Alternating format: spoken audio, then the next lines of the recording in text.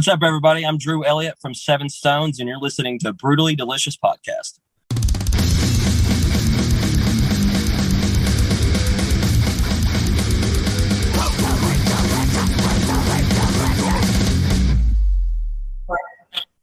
Thanks for joining us. This is my partner, Kris and Riina. Appreciate your time. Hello. Can you hear us? Hello. Hey there, Drew. Nice to meet you. I love that this is always the same. Like, Bruce, you need to be our chairman and just like give out turns to speak because we're doing this all the time. Like, awkward pause, then two people talk at once. Like, Oh yeah, I'll start. So I see you're sitting in your car. Are you on the road? You're not driving, are you? No. I am actually on my lunch break at work right now. So I got away from the job site because my foreman can be a dick sometimes. So he's not beating on the hood of the truck or anything like that. Nice. Is he a fan of the band? He is, in his own way. In his own way. Nice. So I'll just jump right in. New single Break is out to the world and grown up. How do you feel about it now that it's out there, and what's been the reaction so far? It feels good. We've had, really good, very good reception so far. And we released it the day before that we played Blue Ridge Rock Festival. Mm-hmm. We figured, that might be a good timing for our new single, and I guess being our heavier song that we've had so far, and debuting at Blue Ridge seemed like a good idea, and everybody seemed to like it so far, and which means a lot because there's a little bit of, I guess, anger behind it in a way. Yeah. What was it like playing a festival again? Oh my God! Well, that was the biggest festival we've played so far. We've only played damn, I wish I could talk. We've only played smaller ones, and for it to be that size, it was amazing. Everybody's usually always cool at festivals anyway. And it was just good to be around, a good amount of people that love music, and they were there for the right reasons. No hatred, just love for music, and everybody was having a great time. We missed it for sure. Nice. Yeah, it's just, I just wonder, like the first show after a pandemic, well, not even after, but like as people start to kind of reemerge from their lives, was there any kind of trepidation? Did you meet people that were like, oh, I need some space, or like, did you notice anything like that? The people that they usually wore a mask. So like, there was no like, hey, don't touch me or get the hell away from me. Maybe some of the other bands might have had that, but they kind of kept to themselves. They didn't really vocally say anything. They stood off, and of course, I'm not going to walk up to like anybody either. Being a smaller band, I'm not going to see like Randy Bly like standing there and like, "Hey man, what's going on?" He'd be like, "Please get the hell away from me." I'm pretty sure. Gotcha. Even though I'm a huge fan, Randy, if you ever hear this, I love you. I'm sorry, guys. I'm gonna have to ditch you. I have some mummying things. No worries at all. Take care of yourself. Yeah, most important. Absolutely. Jump back in if you get done. Nice to meet you, Drew. You guys have an awesome chat with Bruce and Kris, and all the best to SevenStones. Bye. Thank you so much. We will edit. We'll edit Riina out. Don't worry. No worries. So I know you guys just did a run with Blackstone Cherry as well. What's it like playing with them, and then taking it one step further from playing a festival, but actually prepping for playing live shows again? Are you doing anything differently or different protocols?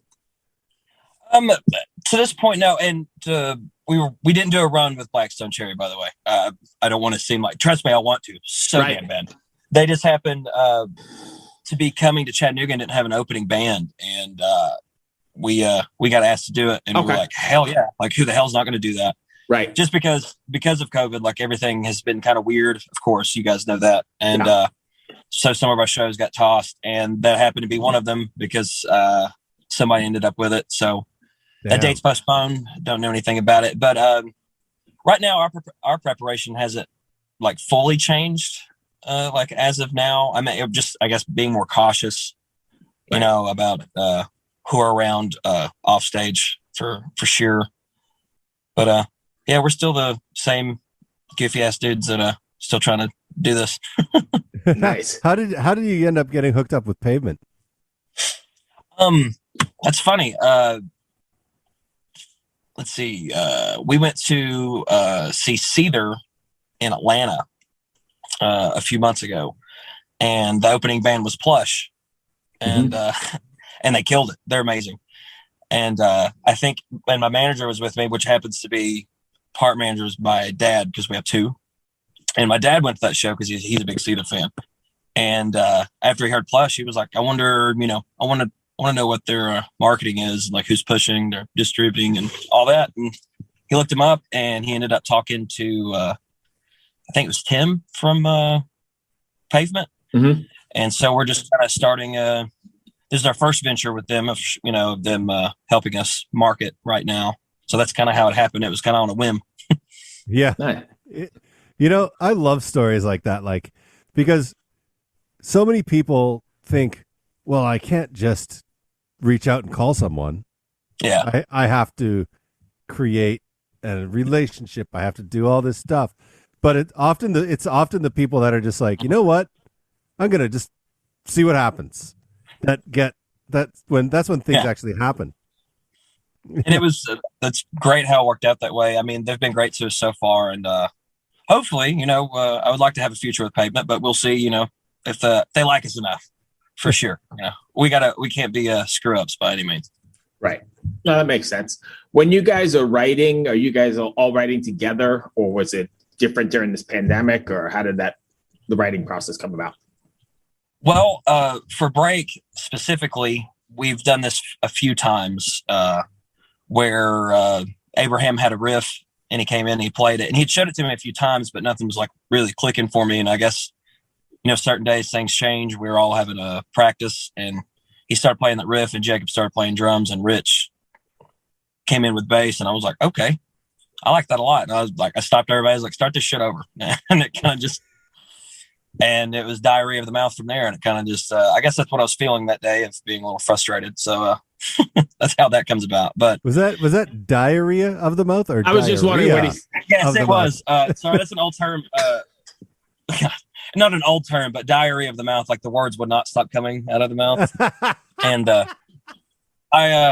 other words, I don't shut the hell up. I've gotten that a lot, especially being younger. Right. Nothing's changed now. That's Kris? funny. I don't really have much else. Do you, Bruce? Yeah. So what's the next for SevenStones? Are you guys doing like the single every 6 weeks kind of thing, or are you going to work more towards the traditional EP or record? Well, we did just record another single, actually, I think this past weekend, with our buddy Dalton Skinner with was it Anchor Sound Recording Studios. Mm-hmm. We're trying to get something together, maybe get like a small EP, by next year, but we also don't know what the future holds. So I'm not going to say a definite by any means, but we are working on some new stuff, trying to get it, everything in order for us to keep moving forward. Right. Because I think the music business has sort of changed, right? A lot of people are doing that every 4 to 6 weeks to stay relevant, I guess, especially since there's no touring and you're not constantly in front of people, maybe. Yeah, it does change it a little bit. But I mean, the first thing we did, we played, we jammed for 2 years before we decided to play a live show. Right. Because I had written songs in college, on my own on acoustic, and Abraham enjoyed it a lot. And, we found our who was our original drummer, and we all kind of just started playing together, and we were like, you know what, we want to do this. And so we went straight into the studio after we jammed for a while, and we're like, we're not going to play a show. We want somebody to, if they hear us, I want them to be able to buy a CD, And so we went to that traditional route, which we still will. Like, I like putting albums, I know today's calls for singles by all means, but which I know we'll still do them, but there is an album at some point, I'm sure, as long as we're still moving. Sorry, my dog almost dumped the disc. Sorry, go. Oh, that's... Oh.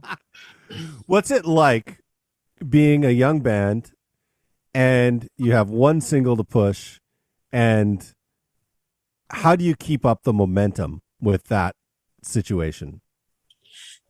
Well, we're figuring that out now. Right. Hopefully we can keep the momentum. I guess I'm not one to like, okay, we gotta one up this, or like, what are people gonna like? I'm not that kind of person whatsoever. I just base it off what you feel. I mean, if it comes from the heart, it means something to you, then maybe it'll do something, hopefully it will correlate with everybody else. That's kind of like why I like writing music. So people will be like, you know what? Hell yeah. I feel the same way.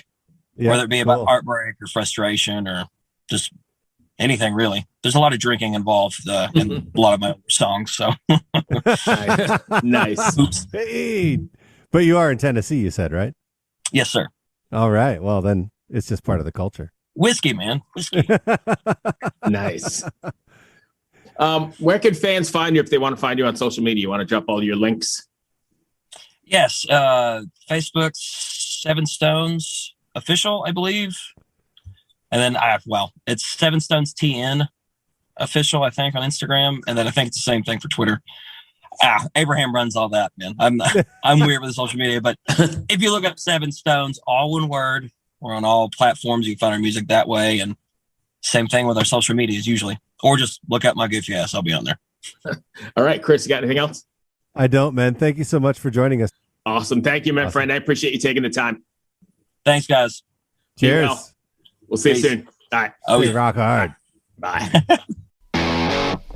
Ever wonder what a punch from Elton John feels like? Or how you'd cope with having turned down the chance to be in Nirvana? Or what signal Keith Richards gives when he wants you to get the hell out of his hotel room? Fans of Too Much Effing Perspective don't have to wonder, because they've heard these exact stories and a jillion others on our podcast. I'm Alex Hoffman, former tour manager for Radiohead. And I'm musician and comedy writer Alan Keller. On the TMEP show, we get guests like Nancy Wilson from Heart, Jeremiah Freites from the Lumineers, and Modern Family's Julie Bowen to tell us things they may have only shared with their therapist, clergy, or a TMZ stringer. So join us on Too Much Effing Perspective. That's EFFING Perspective. The only podcast you crank up to 11.